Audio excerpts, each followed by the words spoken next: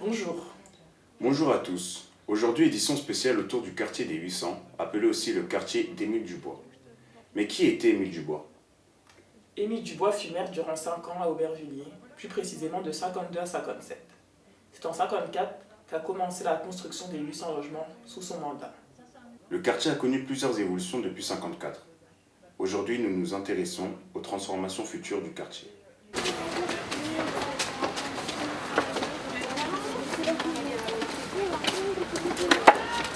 Il y a quelques mois, en sortant du métro au fort d'Aubervilliers, nous avons pu apercevoir un nouveau bâtiment vitré.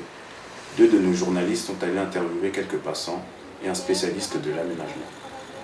As-tu remarqué qu'il y avait quelque chose de changé au fort d'Aubervilliers? Bah ouais, l'immeuble qui est là en fait.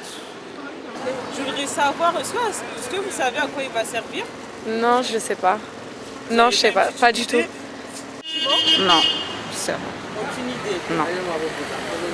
Bah je sais pas exactement, hein, mais je pense qu'il y aura des logements. Bonjour. Savez-vous à quoi va servir ce bâtiment? Oh, un petit peu de tout. C'est-à-dire Habiter des personnes d'Aubervilliers, je pense. Oui, Et puis peut-être des bureaux. pourquoi pas? Pourquoi pas, hein. Disons qu'à mettre des jeunes. Des jeunes à l'intérieur? Oui. Vous tiendrez, ça tiendrait plus longtemps avec des jeunes que Bah, des personnes... Des jeunes qui cherchent des logements, pourquoi pas les loger? C'est vrai, tout à fait. À quoi va-t-il servir? À loger des gens. Il y a 57 logements. C'est vrai que ça ressemble à une tour de bureau parce que c'est une grande façade vitrée. Mais c'est 57 logements voilà, qui sont dans cette tour. Vous trouvez comment ce bâtiment? Oh, c'est du moderne, hein. Faut pas... Qu'est-ce que vous voulez? Il faut de tout pour faire un monde. Ouais. Moi je trouve que c'est très bien. Ça me plaît. Ça oui. change? Oui, ça change un peu à Aubervilliers. Hein. Oui, c'est joli ça. C'est pour ça le regarder. Je sais pas, c'est un bâtiment, il est beau. Ça change de ce qu'il y a à côté en fait. Franchement, ça change. Ce qui est très intéressant, c'est que en fait, pour éviter d'avoir des balcons que les habitants entreposent diverses choses sur le balcon, l'architecte a choisi de faire des jardins intérieurs, des jardins d'hiver. C'est-à-dire que derrière chaque baie vitrée, on a des balcons en fait, qui sont cachés par les verrières et qui donnent un espace très protégé finalement pour les habitants. Donc les logements se trouvent derrière ces jardins d'hiver. Quel est votre rôle dans la transformation urbaine du quartier Émile Dubois à Aubervilliers? Donc ici dans le cadre de cette ZAC, la ZAC Émile Dubois, on a un périmètre donné sur lequel on réfléchit avec un urbaniste, avec des architectes pour se poser les questions de savoir ce que peut devenir ce quartier. Donc avant il y avait, je ne sais pas si vous vous rappelez ce qu'il y avait un square, il y avait voilà, des espaces publics qui n'étaient pas forcément très qualitatifs. Et nous, à la demande de la ville d'Aubervilliers, on nous a demandé de faire un projet avec des espaces publics et des logements. Donc on a réfléchi avec l'urbaniste pour savoir comment on allait disposer ces constructions de logements, comment on allait dessiner ces espaces publics. Et à force d'échanger avec l'urbaniste, avec la ville d'Aubervilliers et puis aussi Pleine Commune qui est la communauté d'agglomération, on a mis en place un projet d'aménagement urbain avec ce type d'espace public pour ouvrir en fait les espaces publics sur ce carrefour qui est à fort potentiel. Comment vous l'appelez? Alors c'est la résidence Pierre et Marie Curie, c'est l'OPH d'Aubervilliers qui a appelé cette résidence par ce nom. 2 reporters sont allés à la rencontre de Caroline Métais, qui leur a expliqué en quoi consistait l'urbanisme. Dans les bureaux, certains réfléchissent déjà au futur d'Émile Dubois. Bonjour. Bonjour. Pouvez-vous vous présenter qu'est-ce que la plaine commune? Alors moi je suis Caroline Mété, je travaille donc à la communauté d'agglomération Plaine Commune, à la direction de la rénovation urbaine, et je suis en charge entre autres du nouveau projet de rénovation urbaine sur le quartier Émile Dubois Maladoré dont il est question aujourd'hui. Plaine Commune, c'est une communauté d'agglomération qui rassemble des villes du territoire de Seine-Saint-Denis, dont Aubervilliers, et qui a en charge la compétence de l'aménagement et de la rénovation urbaine. Et du coup, qu'est-ce qu'un projet de rénovation urbaine? Alors, un projet de rénovation urbaine, c'est un grand projet de restructuration du quartier. C'est un projet qui fait appel à beaucoup de partenaires et à des financements de ce qu'on appelle l'Agence nationale de rénovation urbaine, l'ANRU. Et ces projets ont vocation à améliorer la vie du quartier, à intervenir sur les espaces extérieurs, le bâti, les équipements publics, les commerces. En fait, c'est très transversal et aussi donc à améliorer la vie des habitants. Et quel est l'objectif de tout cela?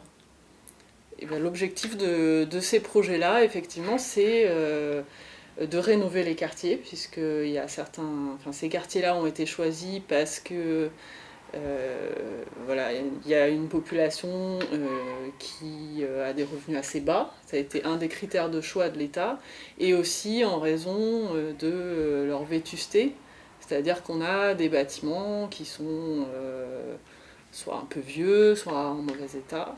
Et donc c'est pour ça que ces quartiers ont été retenus. Et donc l'objectif c'est de les rénover, voire de construire de nouveaux logements dans ces quartiers ou de nouveaux équipements.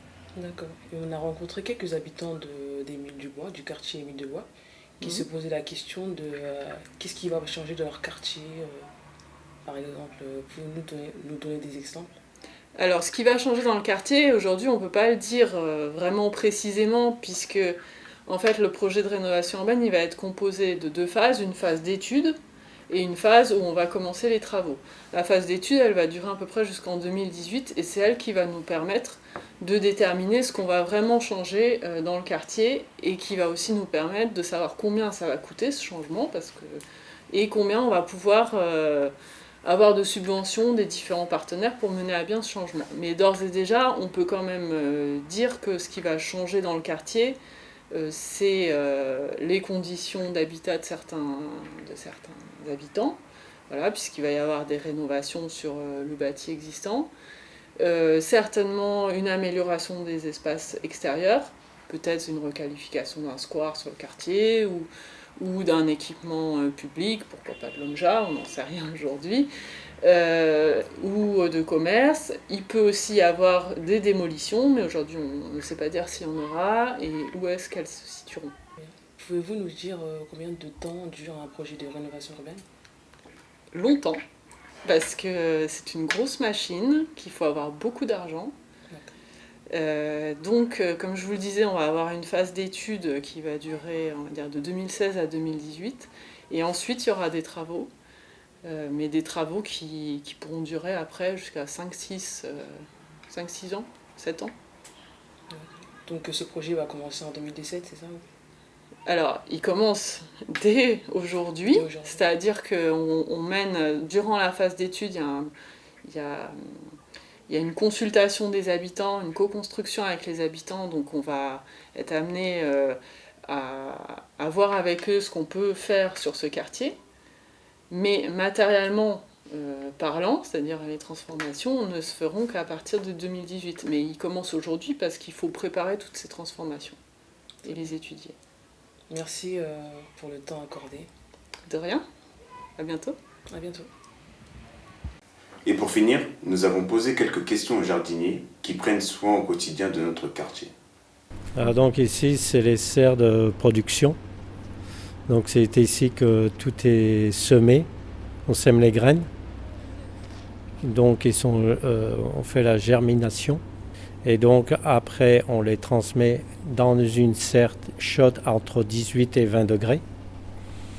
Et quand elles sont bien à maturité, on les repique dans des plateaux avec des alvéolés plus grands. On les place en serre pendant une période de 5 semaines, non, même plus, à peu près une dizaine de semaines. Quand ils sont prêts à être plantés dans les massifs, les jardiniers viennent aux serres chercher les plantes pour ensuite les emmener dans leur massif qui plantent dans la ville, dans leur secteur. Est-ce que vous pouvez vous présenter? Alex Choisy, jardinier à l'unité territoriale Aubervilliers. Oui, bonjour. Kamagata Boubaka, alias Bouba, jardinier, IT Parquet Jardin Aubervilliers, pleine commune. Depuis combien de temps travaillez-vous en tant que jardinier? Disons en gros une trentaine d'années. Voilà. Pour moi, je suis un enfant de la nature. Si on tient compte des maraîchers, des potagers, j'en ai toujours fait avec grand-mère, avec tout le monde. Donc voilà, c'est une continuité. Mais à la ville, j'y suis seulement, je crois, 6 ans et quelques mois. Et voilà. Quel est votre périmètre d'action? Moi, je suis affecté avec mon chef Alex et mes autres collègues à Émile Dubois, qu'on nomme communément 800. On a le plus grand secteur au niveau d'Aubervilliers. Quel est votre ou vos parcours dans une journée classique? Ça dépend parce que nous on travaille avec les saisons. Été, hiver, printemps, automne. Ça c'est différent. En automne, comme vous voyez, c'est des moments, c'est des périodes de feuilles. On fait que ça dans la journée, on peut même faire ça pendant tout le mois, l'automne. Et puis en hiver, il nous arrive aussi de bêcher le massif, préparer le massif ou bien planter avant le printemps les bulbes ou les bisannuels. Et ce que j'aime surtout, c'est la biodiversité en humanité. Ici, vous trouvez tout ce que vous voulez et il y a une attente parfaite entre les jeunes. Quand je les vois jouer, il n'y a pas de différence. La couleur, tout, il y a un melting pot et une attente parfaite. Je trouve que les gens sont conviviaux et puis comparativement à ce qu'on peut dire, qu'on peut voir ou qu'on peut raconter, je trouve que c'est un secteur où tout ce qu'on fait, c'est respecté, quoi. C'est pas détruit, c'est pas saccagé, comme on peut avoir des échos. Qu'est-ce que vous pensez apporter au quartier? Qu'est-ce que vous apporteriez?